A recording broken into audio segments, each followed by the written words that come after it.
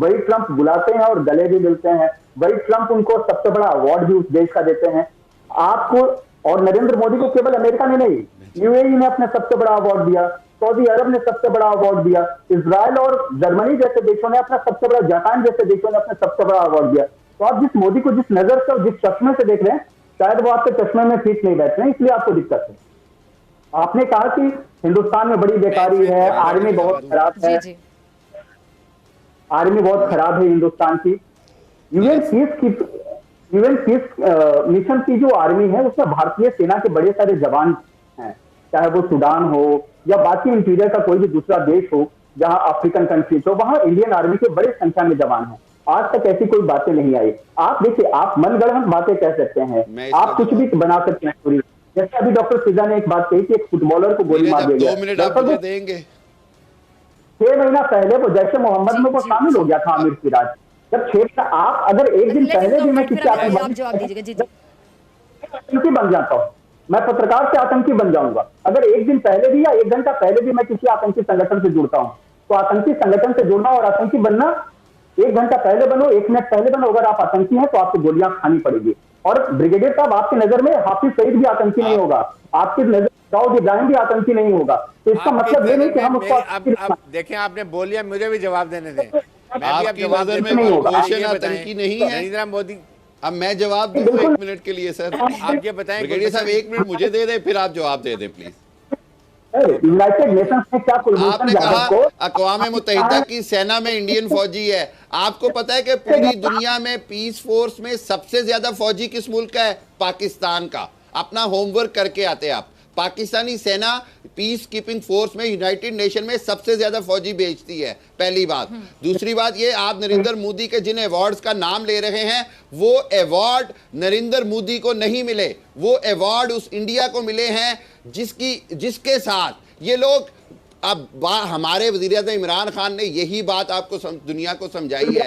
बात यह है कि 2 न्यूक्लियर मुल्क अगर जंग पे उतर आएंगे और इंडिया तबाह हो जाएगा, तो किस बात की इकोनॉमी? वो सारे इकोनॉमिकल ट्रेड डील्स हैं। आप ट्रेड डील्स पे खुश होते हैं। आप ये समझें कि आप कश्मीर के ऊपर जंग हार रहे हैं, आपके हाथ से कश्मीर जा रहा है। आप आमिर सिराज जैसे मासूमों का कत्ल कर रहे हैं। आप ये समझें कि कश्मीर अब आपके हाथ से चला गया है। आप अपने फौजी बढ़ा रहे हैं। कश्मीर एक आतिशफशां है। कश्मीर का आतिशफशां पूरे भारत को निगल लेगा, ये बात आप समझें। कश्मीर का आतिशफशां पूरे भारत को भस्म कर देगा, ये बात आप समझें। जितनी जल्दी आप कश्मीर से निकल जाएंगे, उतनी जल्दी मोदी का फायदा है, अमित शाह का फायदा है, उतनी जल्दी आरएसएस और हिंदुत्व की आइडियोलॉजी का फायदा है। आप अगर कश्मीर में रहेंगे तो सिर्फ तबाही होगी। कश्मीरी आपके साथ नहीं रहना चाहता, कश्मीरी आपके से आजादी लेके रहेगा। अब तो आपके अपने जो पपेट थे फारूक अब्दुल्ला और महबूबा मुफ्ती, उन्होंने भी कह दिया कि हमें कायदे आजम से माफी मांगनी चाहिए, हम कायदे आजम की बात मान लेते। जी कर्नल साहब आप कुछ कहिएगा, फिर ब्रिगेड साहब आपसे मैं लास्ट कमेंट लूं। जी मैं तो बिल्कुल साथ साथ कहूंगा, ऐसे में कुछ नहीं कहूंगा। मैंने जो कहना था वो कह दिया।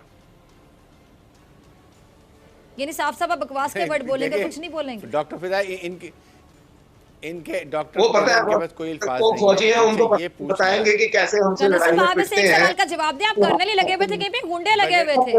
डॉक्टर फिजा, सीनियर भी इनको ऐसे ही देखो, आप कर्नल ही लगे हुए थे, कहीं पे गुंडे लगे हुए थे। डॉक्टर फिजा, आप ऐसे बात कैसे कोई डॉन होता है? मतलब आपका रवैया, आपकी बॉडी लैंग्वेज ऐसे कोई डॉन होता है? मैं समझ नहीं पा रही आपको। चले खैर, एनीवे चले, खुश रहें आप। हाँ जी, ब्रिगेडियर हारिस, आपका लास्ट कमेंट चाहूंगी। करी जा सकती, क्योंकि वो बुज़दिल आदमी है, इनके पास कोई अल्फाज नहीं है, आर्गुमेंट नहीं है। फौज को रिप्रेजेंट करते हैं। स्टार प्लस के ड्रामे होते हैं ना, उसकी सास की तरह आप आते हैं जब भी प्रोग्राम में, हमेशा ऐसे लड़ाई करके जाते हैं। कश्मीर कौन से गद्दारी करी है और ऐसे गद्दारों से हमें बात करने में पंजाब में सिख निकल रहे हैं, इससे सिक्किम, मीज़ूज, नाका सब निकल रहे हैं। कश्मीर को ये तोड़ने के लिए बैठे हुए हैं। और सब थोड़ी बात है कि दुनिया में ये एक्सपोज हो गए हैं, चाहे वो EU डिस इन्फॉर्मेशन की बात कर लें, या इस राज की बात कर लें, या आप सिखों की बात कर लें, या आप किशन यादव की बात करें, आप ग्लोबल टेररिज्म की बात करें, मनी लॉन्ड्रिंग की बात करें, स्टेट टेररिज्म की बात करें, हर जगह इंडिया नंबर ले गया है। जी नीरज, आपका लास्ट कमेंट। ठीक है अभी नीरज, आपका वो लास्ट बोल रहे थे कि हम बिल्कुल हम इंडिया पूरी दुनिया में एक्सपोज हो गया, इसीलिए एफएटीएफ में इंडिया है, पाकिस्तान नहीं है। पाकिस्तान कहां खड़ा है ब्रिगेडियर साहब, याद कीजिएगा, थोड़ा सा बैकग्राउंड में जाइए, आपको पता चल जाएगा कि इंडिया तोड़ है, नरेंद्र मोदी तोड़ है इंडिया को। भाई साहब परेशान मत होइए इंडिया के लिए, हिंदुस्तान में हम रहते हैं, हमें छोड़ दीजिए उस परेशानी के लिए, आप पाकिस्तान को संभालिए, हमें भारत को संभालने के लिए। आप रहते हैं ना मुसलमानों में क्या कर रहे हैं? मैं ये कहूंगा कि इस सारी बात पे मुझे एक बात पे हंसी आती है कि ये समझते हैं हम एफएटीएफ में हैं, हम ये हो गए, हम वो हो गए, इसके बावजूद इतनी बड़ी फौज के बावजूद हमने इनकी नाक में दम किया हुआ है, हमने इनकी रात की नींदें उड़ाई हुई हैं, हम इन मोदी को दिन में भी नजर आते हैं, रात को सोते हुए भी नजर आते हैं, हम हर उस शख्स के ख्वाब में नाइटमेयर बन गए हैं जो पाकिस्तान के खिलाफ है, जो पाकिस्तान और मुसलमानों के खिलाफ है। और नरेंद्र मोदी, हम ये जानते हैं कि तुम्हें अब कभी नींद सुकून की नहीं आएगी। क्यों? क्योंकि तुमने हमसे पंगा लिया हुआ है। हम इंशाल्लाह कश्मीर भी आजाद होगा, खालिस्तान भी बनेगा, जूनागढ़ भी आजाद होगा, और भारत का गोरबाचोफ ही साबित होगा नरेंद्र मोदी। और क्या बोलते हैं, बोलो। मैं आपकी आवाज कट कर आ रही है। जी जी जी जी जी। नरेंद्र मोदी को जितनी जल्दी इंडिया इससे जान छुड़ा लेगा, इतनी जल्दी इंडिया की जो अवाम है, जनता है, उसकी बेहतरी है। इंडिया की जनता खुद जूते मारेगी, एक वक्त आएगा नरेंद्र मोदी को, मैं आपको बता रहा हूँ। वक्त खत्म हो गया प्रोग्राम का। तमाम मेहमानों का